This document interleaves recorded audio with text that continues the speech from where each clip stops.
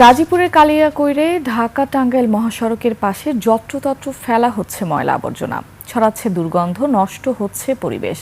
অতিষ্ঠ এই সড়কে চলাচলকারী যাত্রী ও স্থানীয় বাসিন্দারা। সমস্যা সমাধানে শীঘ্রই ডাম্পিং স্টেশন নির্মাণের কথা জানিয়েছেন পৌর প্রশাসক। গাজীপুর প্রতিনিধি অপূর্ব রায়ের তথ্য ভিডিওতে আরও জানাচ্ছেন সমর ইসলাম। নগদ নিয়ে এলো হার নামানা হার অফার। সর্বনিম্ন 10,000 টাকা রেমিটেন্স নগদে পাঠালে থাকছে স্বর্ণের হার জেতার সুযোগ। মহাসড়কের পাশে ময়লার পাহাড়, দুর্গন্ধে অতিষ্ঠ মানুষ, নাকচাপা দিয়েও রক্ষা পান না পথচারীরা। সবচেয়ে নিকৃষ্ট জায়গা এটা, এই এলাকাতে গন্ধ যাওয়াই যায় না। এগুলা গন্ধ শুনতে বমি এসে পড়ে।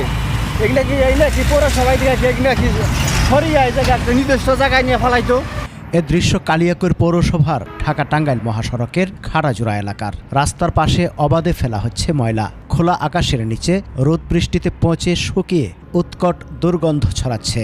নষ্ট হচ্ছে চারপাশের পরিবেশ। অফিস আদালতের লোকজন আসা যাওয়া করে, হাঁটা করে, এগুলো মনে করেন দুর্গন্ধ শুনে কেউ আসতে পারে না। জায়গাগুলো একবার নষ্ট করে ফেলছে। ময়লাতে গেলে গন্ধ করে। অসুখ বিসুখের তো স্বাভাবিক দুর্গন্ধ হলে তো অসুখ বিসুখ হবে। আমাদের দাবি এখানে যেন ময়লা থাকে না। এখানে ময়লা থাকলে লোকজনের খুব অসুখ বিসুখ হয়। কলেরা ডায়রিয়া এই জন্যই হয়। ময়লাটা পরিষ্কার করে দিলে আমরা ভালোভাবে ব্যবসা করে খাইতে পারতাম। নির্দিষ্ট ডাম্পিং স্টেশন না থাকায় এ অবস্থার সৃষ্টি হয়েছে। তবে সমস্যা সমাধানে শিগগিরই ডাম্পিং স্টেশন নির্মাণ করার কথা জানান পৌর প্রশাসক। ডাম্পিং স্টেশনের জন্য আমরা মন্ত্রণালয়ে লিখেছি এবং যদি স্থানীয় সরকার মন্ত্রণালয় যদি তাদের কোনো ফান্ড দেয় তাহলে আমরা স্থায়ীভাবে ডাম্পিং স্টেশন করব। শুধু আশ্বাস নয়, জনদুর্ভোগ বিবেচনায় দ্রুত ডাম্পিং স্টেশন নির্মাণের দাবি কালিয়াকৈর পৌরবাসীর। সমর ইসলাম, 21 টেলিভিশন।